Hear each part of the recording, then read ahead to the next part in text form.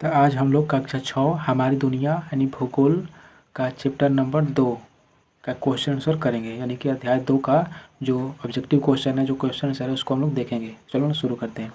तो यहाँ पे अध्याय 2 में यहाँ पे है, देखिए हमारा अध्याय 2 में दिया है अध्याय 2 पृथ्वी एवं उसकी गतियाँ। तो पृथ्वी एवं उसकी गतियाँ ये हम लोगों ने पाठ बड़े ही अच्छे ढंग से इसको पढ़ लिया, लाइन बाय लाइन पढ़ लिया। अगर आपने वो वीडियो नहीं देखा है तो उसका लिंक मैं दे दूंगा डिस्क्रिप्शन में, उसको देख लीजिएगा, ठीक। अब हम लोग आगे बढ़ते हैं। चलिए हम सबसे पहले वस्तुनिष्ठ प्रश्न को देखते हैं। तो यहाँ पे सबसे पहले दिया है पहला प्रश्न कि समदिवारात्रि होते हैं, यानी कि दिन और रात कब बराबर होते हैं। तो ये होते हैं ऑप्शन नंबर सी, यानी कि 21 मार्च एवं 23 सितंबर। तो 21 मार्च एवं 23 सितंबर को क्या होते हैं, समदिवारात्रि होते हैं, यानी कि दिन और रात क्या होते हैं, बराबर होते हैं। और दूसरा हमारा क्वेश्चन है कि सबसे बड़ा दिन होता है, सबसे बड़ा दिन कब होता है, तो होता है 22 दिसंबर को होता है। और तीसरा क्वेश्चन है कि पृथ्वी अपने अक्ष पर झुकी है। तो पृथ्वी अपने अक्ष पर 23.5 डिग्री झुकी है, इसका हो जाएगा ऑप्शन नंबर घ। चौथा प्रश्न है कि शीतोष्ण कटिबंध में होता है। तो शीतोष्ण कटिबंध में क्या होता है, तो कम गर्मी पड़ती है। शीतोष्ण में क्या हो जाएगा, कम गर्मी पड़ती है। और आएगा उष्ण कटिबंध, तो उष्ण कटिबंध में ज़्यादा गर्मी पड़ती है, ठीक। और पांचवा क्वेश्चन यहाँ पे है कि जहाँ सालों भर गर्मी पड़ती है उस क्षेत्र को क्या कहते हैं। तो जहाँ सालों भर गर्मी रहेगा उसको क्या कहेंगे, उष्ण कटिबंध कहेंगे। और छठा क्वेश्चन है कि पृथ्वी आकार में चंद्रमा से क्या है, तो बड़ी है, यानी कि चंद्रमा से कौन बड़ी है, पृथ्वी बड़ी है। और सातवां क्वेश्चन है कि चांद पर पहुंचने वाले पहले व्यक्ति कौन थे। तो चांद पे पहुंचने वाले प्रथम व्यक्ति थे नील आर्मस्ट्रॉन्ग, ये थे। तो ये हमारा ऑब्जेक्टिव प्रश्न समाप्त हुआ।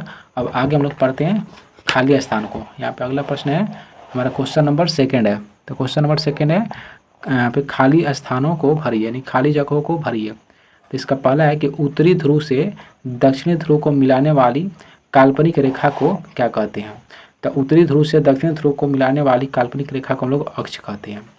और अगला है कि पृथ्वी की किस गति के कारण दिन और रात होते हैं। तो पृथ्वी के घूर्णन गति के कारण दिन और रात होते हैं।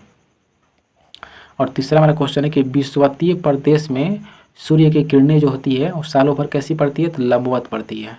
और अच्छा अगला प्रश्न है कि पृथ्वी जो है वो किस दिशा से किस दिशा में घूमती है। तो पृथ्वी जो है पश्चिम से पूरब की ओर घूमती है। तो ये हो गया क्वेश्चन नंबर 2 का आंसर। अब हम लोग क्वेश्चन नंबर 3 पे देखते हैं। तो क्वेश्चन नंबर 3 दिया है कि निम्नलिखित प्रश्नों के उत्तर दे। यहाँ पहला प्रश्न दिया है कि ध्रुवों पर 6 महीने लगातार दिन और रात क्यों होते हैं, यानी कि ध्रुव पे 6 महीना दिन और 6 महीना रात लगातार क्यों होते हैं। तो उसका आंसर मैं आपको दिखा देता हूँ एक बार।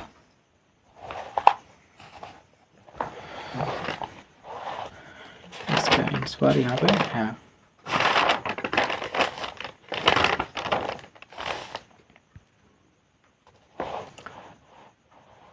देखिए क्वेश्चन नंबर 3 का जो पहला प्रश्न है कि ध्रुवों पर 6 महीने लगातार दिन एवं रात क्यों होते हैं।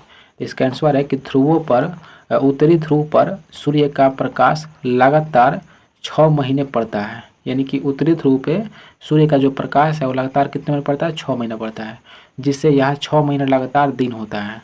और ठीक उसी समय दक्षिणी ध्रुव में अंधेरा होता है। यही कारण है कि ध्रुवों पर लगातार 6 महीने दिन एवं 6 महीने रात होती है। ये हो गया आंसर पहला का।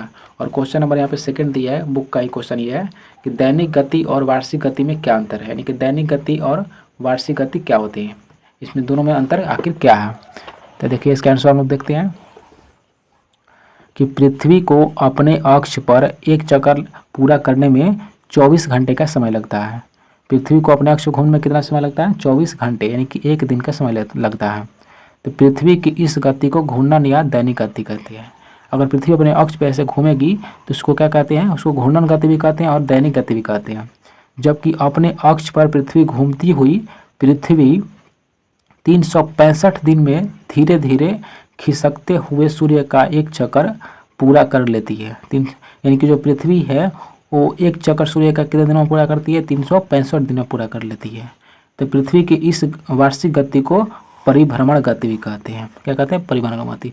ये हो गया 2 का आंसर। अब हम लोग 3 को देखते हैं। तो यहाँ पे क्वेश्चन नंबर 3 दिया है कि अक्ष किसे कहते हैं, यानी कि अक्ष जो होता है वो क्या होता है। तो पृथ्वी को उत्तरी ध्रुव से दक्षिणी ध्रुव से मिलाने वाली काल्पनिक रेखा को क्या कहते हैं, अक्ष कहते हैं। यानी कि उत्तरी ध्रुव से जो दक्षिणी ध्रुव मिलाने वाली रेखा होती है उसको कहते हैं अक्ष कहते हैं। और हमारा चौथा प्रश्न है कि पृथ्वी किस दिशा में घूमती है। तो पृथ्वी जो है वो पृथ्वी पश्चिम से पूरब की ओर घूमती है, ठीक, इसलिए सूर्य पूरब से पश्चिम की ओर जाता हुआ प्रतीत होता है, ऐसा आपने देखा होगा। और अगला मेरा क्वेश्चन है क्वेश्चन नंबर 5। देखिए यहाँ पे क्वेश्चन नंबर 5 है कि पृथ्वी के किस भाग में कम गर्मी पड़ती है और क्यों पड़ती है। तो ध्रुवों के, इसका आंसर है कि ध्रुवों के निकट सूर्य की किरणें अत्यधिक तिरछी पड़ती है। यही कारण है कि 6 महीने दिन होने के बावजूद ये किरणें वहाँ के धरातल एवं वातावरण को गर्म नहीं कर पाती है। अतः यहाँ वर्ष भर यानी कि सालों भर बर्फ जमी रहती है। इस क्षेत्र को शीत कटिबंध की पेटी कहा जाता है। आपको मैं दिखा देता हूँ एक बार। यहाँ पे दिया है ये वाला जो फिगर है, ये है उष्ण कटिबंध। कटिबंध कितने होते हैं? 3 होते हैं। एक होते हैं उष्ण कटिबंध, एक होता है उष्ण कटिबंध, ठीक, और एक होता है समशीतोष्ण कटिबंध, एक होता है शीत कटिबंध। यानी कि ये शीत कटिबंध है और ये समशीतोष्ण है और ये उष्ण कटिबंध है। तो जो शीत कटिबंध होता है यहाँ पे क्या होता है, यानी कि ज़्यादा गर्मी पड़ती है। और यहाँ पे ये तिरछी है ना, ऐसे तिरछी, यानी कि यहाँ पे ज़्यादा गर्मी पड़ेगी। और उससे थोड़ा सा ये तिरछा है हल्का, इसमें थोड़ा सा कम गर्मी पड़ेगी और यहाँ पे ज़्यादा गर्मी पड़ेगी, ठीक, ऐसे होता है। यहाँ पे ज़्यादा गर्मी पड़ेगी, यहाँ पे कम पड़ेगी और यहाँ पे उससे भी कम पड़ेगी, ऐसे ऐसे ये चलता रहता है, ठीक। अब आगे हम लोग देखते हैं क्वेश्चन नंबर 6 को देखते हैं। हमारा क्वेश्चन नंबर 6 में दिया है कि पृथ्वी पर कितने कटिबंध हैं। कटिबंधों में सूर्य के प्रकाश की क्या स्थिति होती है। तो पृथ्वी पर कितने कटिबंध है? 3 को कटिबंध है। अभी हम लोगों ने देखा फिगर में कि पृथ्वी पर कितना कटिबंध, 3 कटिबंध है। एक होता है उष्ण कटिबंध, तो उष्ण कटिबंध में गर्मी ज़्यादा पड़ती है, यानी कि गर्म रहता है उष्ण कटिबंध। और दूसरा है समशीतोष्ण कटिबंध, तो समशीतोष्ण कटिबंध में गर्म और ठंडा दोनों रहता है बराबर, ठीक। और तीसरा है कि शीत कटिबंध है, यानी कि पहला उष्ण कटिबंध, तो उष्ण कटिबंध में क्या होता है, तो उष्ण कटिबंध में ज़्यादा गर्मी पड़ती है, गर्म रहता है। और समशीतोष्ण में कटिबंध में गर्म और ठंडा दोनों रहता है। और शीत कटिबंध में केवल ठंडा ही ठंडा रहता है। तो ये हम लोगों ने देख लिया।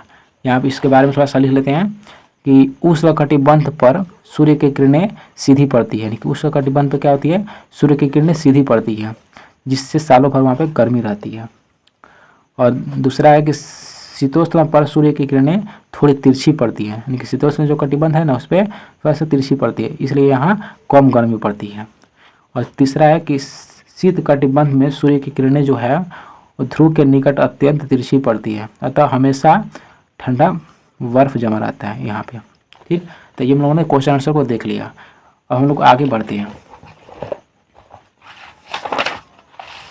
यहाँ पे हम लोगों ने क्वेश्चन नंबर 3 जो था, क्वेश्चन नंबर 3 को यहाँ पे देख लिया। तो क्वेश्चन नंबर 4 को देखते हैं। तो क्वेश्चन नंबर 4 का जो पहला प्रश्न दिया है कि विषुवत रेखा किन किन देशों से होकर गुजरती है। तो इसका मैं स्क्रीनशॉट लगा देता हूँ, उसको आप लोग देख लीजिए इसका आंसर, ठीक। और दूसरा प्रश्न हमारा दिया है कि शीत कटिबंध में स्थित कुछ देशों के नाम लिखिए। देखिए कौन कौन से देश है जो कि शीत कटिबंध में आते हैं। तो वो है आपके, इसका आंसर हो जाएगा आपका ग्रीनलैंड, कनाडा, नॉर्वे उत्तरी ध्रुव में है, और अगला है फिनलैंड। तो ये सारे देश हैं जो कि शीत कटिबंध में आते हैं। और तीसरा क्वेश्चन दिया कि शीतोष्ण कटिबंध में स्थित कुछ देशों के नाम लिखिए, यानी कि जो शीतोष्ण कटिबंध में आते हैं उसका नाम लिखना है। तो इसका आंसर हो जाएगा यूरोप, न्यूजीलैंड और ईरान, और भी देश हैं ये आते हैं शीत कटिबंध में, ठीक। और हम क्वेश्चन नंबर 5 की ओर बढ़ते हैं। हमारा क्वेश्चन नंबर 5 दिया है यहाँ पे, देखिए क्वेश्चन नंबर 5 कि दिए गए चित्र में सही स्थान पर कटिबंध के नाम लिखिए। तो ये जो चित्र दिया है इस चित्र पे नाम लिखना देख के। तो ये जो है ना ऐसे थोड़ा सा तिरछा है, ये तिरछा जो है ना ये इसको कहते हैं शीत कटिबंध। क्या कहेंगे? शीत कटिबंध। और ये उत्तर दिशा में तो इसको कहेंगे उत्तरी शीत कटिबंध। और इसके जो नीचे साइड में थोड़ा सा कम तिरछा है इसको कहेंगे समशीतोष्ण कटिबंध, समशीतोष्ण कटिबंध, ठीक। और उसके थोड़ा सा नीचे जो है उसको कहेंगे उष्ण कटिबंध। और इसके जो नीचे भी कहेंगे उष्ण कटिबंध है, यानी कि सबसे ये जो दिख रहा है इसको कहेंगे शीत कटिबंध। सबसे ऊपर होता है शीत कटिबंध और उसके नीचे होता है समशीतोष्ण, और ये होता है उष्ण कटिबंध, ठीक। और उसके नीचे होता है फिर से समशीतोष्ण कटिबंध। और ये हो जाएगा शीत कटिबंध। ठीक, तो ये हम लोगों ने नाम इसका देख लिया। तो आशा करता हूँ आपको सारे ये टॉपिक समझ में आए होंगे। अगर आए होंगे तो एक लाइक कर दीजिएगा। तो आज के लिए बस इतना ही, मिलते हैं हम लोग चैप्टर नंबर 3 पर। तो अगले वीडियो में हम लोग चैप्टर नंबर 3 को पढ़ेंगे, जिसका नाम है, यहाँ पे अध्याय 3 है पृथ्वी के परिमंडल। तो पृथ्वी के परिमंडल के बारे में हम लोग अगले चैप्टर में अगले वीडियो में पढ़ेंगे। तो आज के लिए बस इतना ही। थैंक यू, जय हिंद।